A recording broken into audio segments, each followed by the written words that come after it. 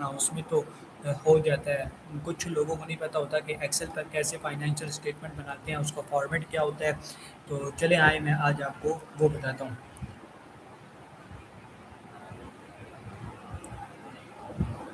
ये मैं आपके सामने स्क्रीन शो कर रहा हूँ कि इसमें मैं आपको फुल ड्रॉ करके बताऊँगा कि फाइनेंशियल स्टेटमेंट्स का फॉर्मेट कैसा होता है और वो कैसे-कैसे लिखते हैं उसको, ठीक है? कौन-सी आइटम कौन-सा आइटम किस जगह पे आना चाहिए और कितना ज़रूरी है, ठीक है? उसके बारे में मैं बताऊँगा, तो चलिए शुरू करते हैं। सबसे पहले आपने एक्सेल ओपन करना है और एक्सेल ओपन करने के बाद ये आपको कुछ शीट नज़र आ रही होगी, ये शीट 1 है, ठीक है? आपने यहाँ रैंडमली आप बना सकते हैं, ठीक है? रैंडमली बना सकते हैं, आपने शीट्स की ज़ूमिंग 100% रखनी है ताकि कोई इतना ख़ास ज़्यादा ज़ूम ना हो जाए, ठीक है? तो चलिए शुरू करते हैं। अज़्यूम कर लेते हैं कि कोई भी ऐसी कंपनी है, कंपनी का नाम कर लेते हैं अहमद लिमिटेड कर लेते हैं, ठीक है? अहमद तो अहमद अहमद लिमिटेड, ठीक है? अहमद लिमिटेड कर लिया, इसके बाद आपने लिखना होता है यहाँ पे आपने लिखना होता है स्टेटमेंट्स। आप स्टेटमेंट ऑफ फाइनेंशियल पोजीशन बना रहे हैं, तो आपने उसका हेडिंग दे दिया है।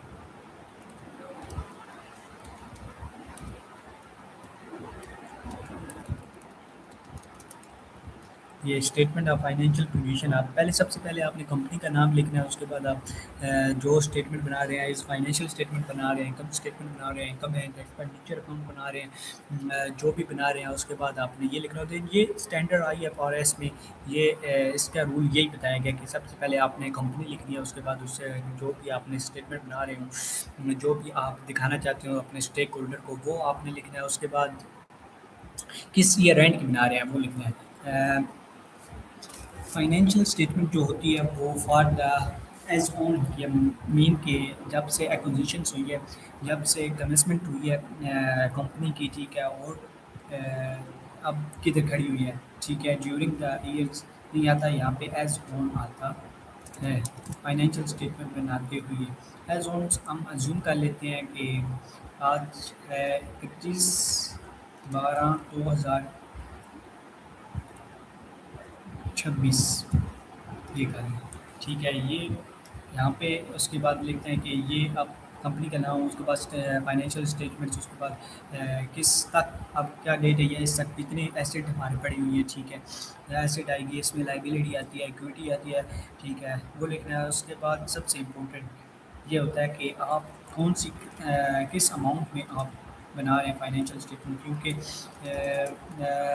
ओरिजिन चले जाएँ तो ओरिजिन में वहाँ पे डॉलर यूज़ होता है, कुछ की करेंसी मुख्तलिफ होती है, हर कंट्री की मुख्तलिफ होती है।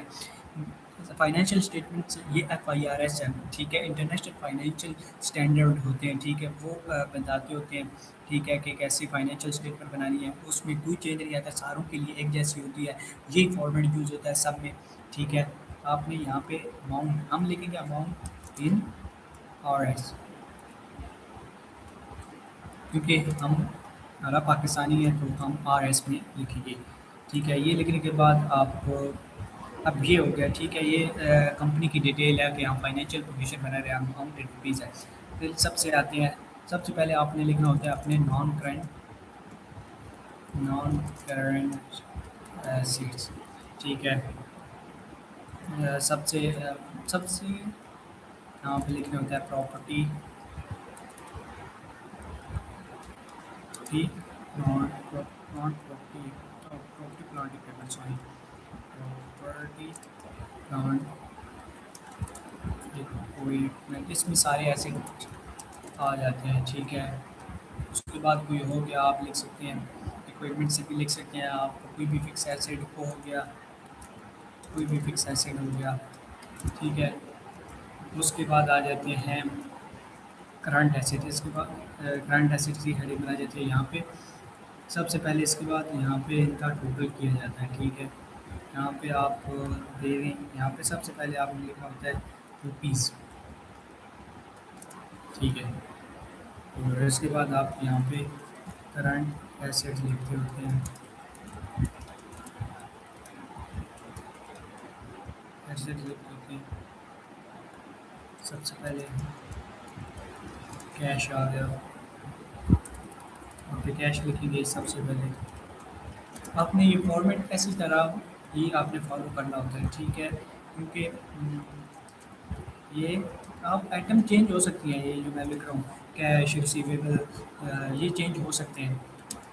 क्योंकि हर किसी के एंड में, ठीक है, यहाँ पे एस ऑन में, यहाँ पे बैलेंस शीट्स के ट्रायल बैलेंस के यहाँ पे आ जाती है, एडजस्टमेंट करके, ठीक है, सारा कुछ उनकी क्लोज बैलेंस आते हैं फाइनेंशियल पोजीशन, ठीक है। यहाँ पे करंट आ जाएंगे, उसके बाद हम लिखते हैं यहाँ पे टोटल एसेट, ठीक है। उसके बाद हम इक्विटी की हेडिंग देते हैं।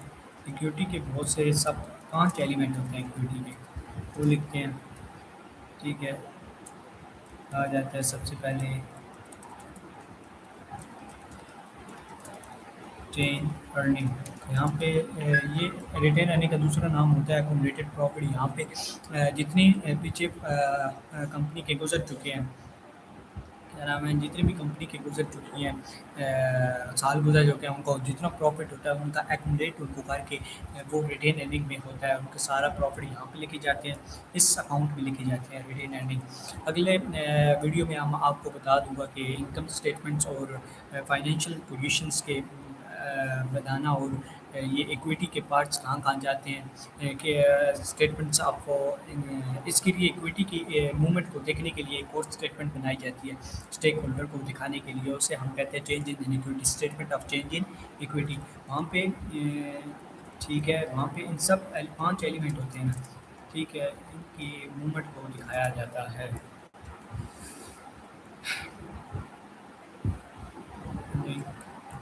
अ, ठीक है, यहाँ पे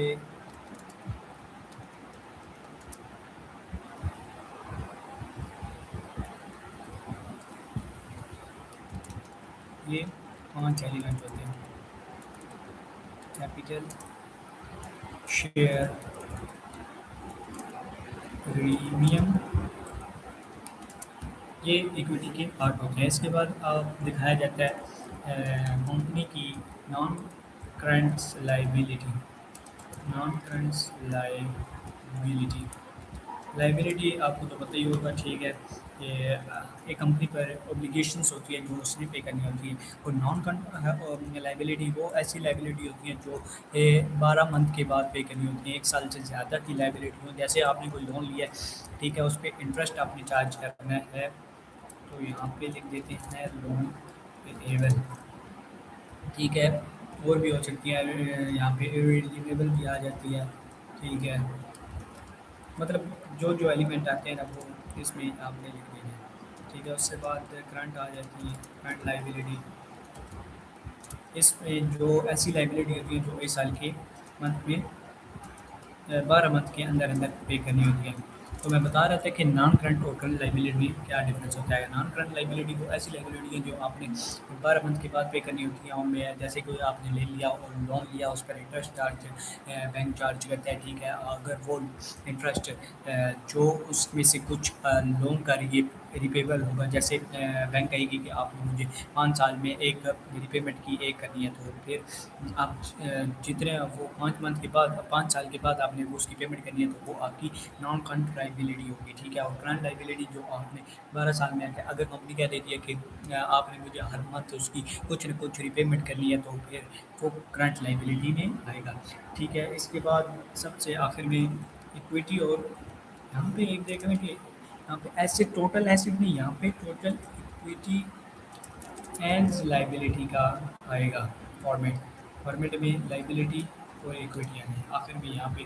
और ये वाला और ये वाला टोटल एसेट ये मैच करने चाहिए, तो समझ जाइए कि क्या आपकी ये फाइनेंशियल स्टेटमेंट अगर ये मैच कर गए, तो समझ जाइए कि आपकी फाइनेंशियल स्टेटमेंट आपने जो बनाई है वो एकदम करेक्ट है, उसमें कोई नहीं है। तो ये फॉर्मेट्स आपने याद रखना है। हर ओरिजिन हर जो भी कंपनी है वो यही फॉर्मेट इस्तेमाल करती है फाइनेंशियल स्टेटमेंट्स के को दिखाने, अपने स्टेक होल्डर को दिखाने के लिए, अपनी फाइनेंशियल स्टेटमेंट बनाने के लिए, क्योंकि अगर डिफरेंट होती ना, ठीक है, तो किसी को समझ ना आती। इसलिए अकाउंटिंग एक ऐसी फील्ड है जिसमें आईएफआरएस ने जो आईएएस अकाउंटिंग के बोर्ड्स हैं, उन्होंने ये कर दी गई है, उन्होंने एक फॉर्मेट फिक्स किया हुआ है जिस पर हर कंपनी वही बनाती है और एक दूसरे की कंपनी फाइनेंशियल स्टेटमेंट को देख सकती है, यूज़र भी देख सकते हैं, स्टेक होल्डर को देख सकती है, फाइनेंशियल एनालिसिस करने के लिए देख सकती हैं। तो ये था आज हमारा एक सिंपल सा topic, statement of financial position of formats.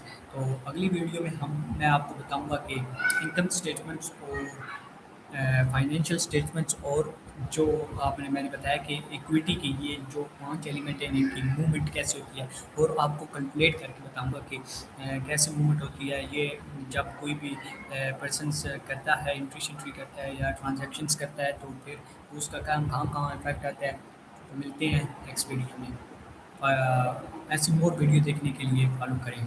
Thanks.